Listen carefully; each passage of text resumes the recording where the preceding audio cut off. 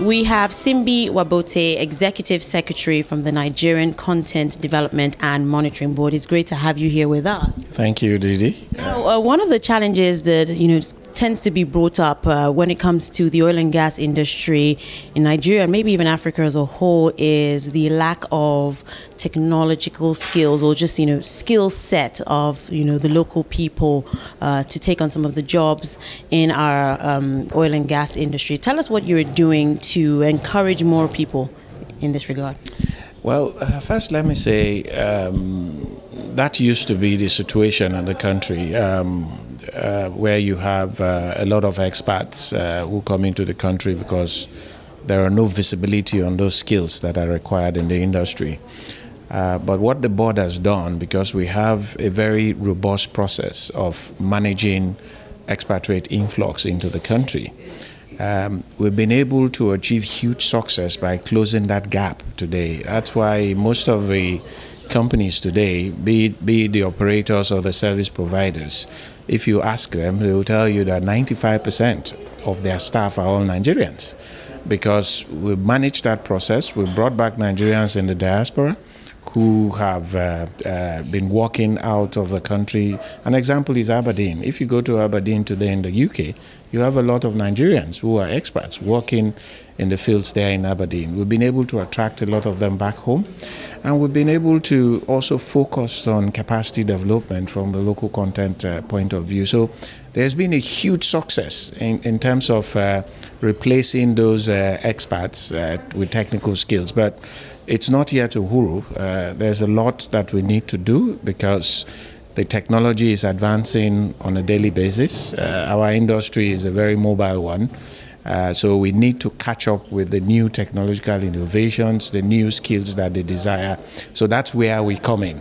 And we're playing an active role in terms of building capacity of Nigerians, collaborating with institutions to enhance the capacity, look at curriculum that are developed for the oil and gas industry within those institutions. We are also collaborating with the various operators to say where are the gaps. That collaboration is also extended to the Petroleum Technology Development Fund, PTDF, that we are collaborating with to ensure that all those Nigerians that they train are trained on relevant skills that will be useful to the oil and gas industry. So a lot is being done in that space. Speaking about new and relevant skills, there is a push to move towards cleaner, carbon-free environments. The renewable energy space is, one that, we're talking about. We're talking about the future of the energy sector here. Are there plans, even though we know that our renewable energy sector is still pretty much lagging behind, are there plans or, in place to start to train our people, in this particular area so that it's not something that we're doing, that we're not, in touch with, so that, we can start now? In fact, Didi, that's a very important question, and I tell you why. When I was young, I was told that the source of energy was firewood. Yeah, we used it to cook, we used to do everything, and that was accepted globally. By the time we got used to firewood, they said, no, it's coal. That is the source of energy now. And then Nigeria then focused their attention to mine coal for energy. By the time we were getting used to it, they said, no, it's hydrocarbon now. That is the main source of energy. And here we are as Nigerians, we've learned the ropes, we've started developing our skills, and Nigerian indigenous operators are now managing fields and producing hydrocarbon. And then the discussion is now shifted to renewables.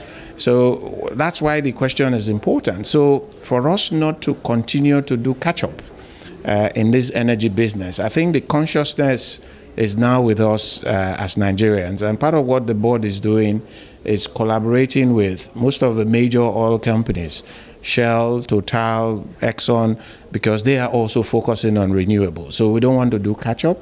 As a matter of fact, next week I have a meeting with the Shell team to talk about what they are doing in terms of off-grid power projects that they have in the country, and it's mainly about renewables.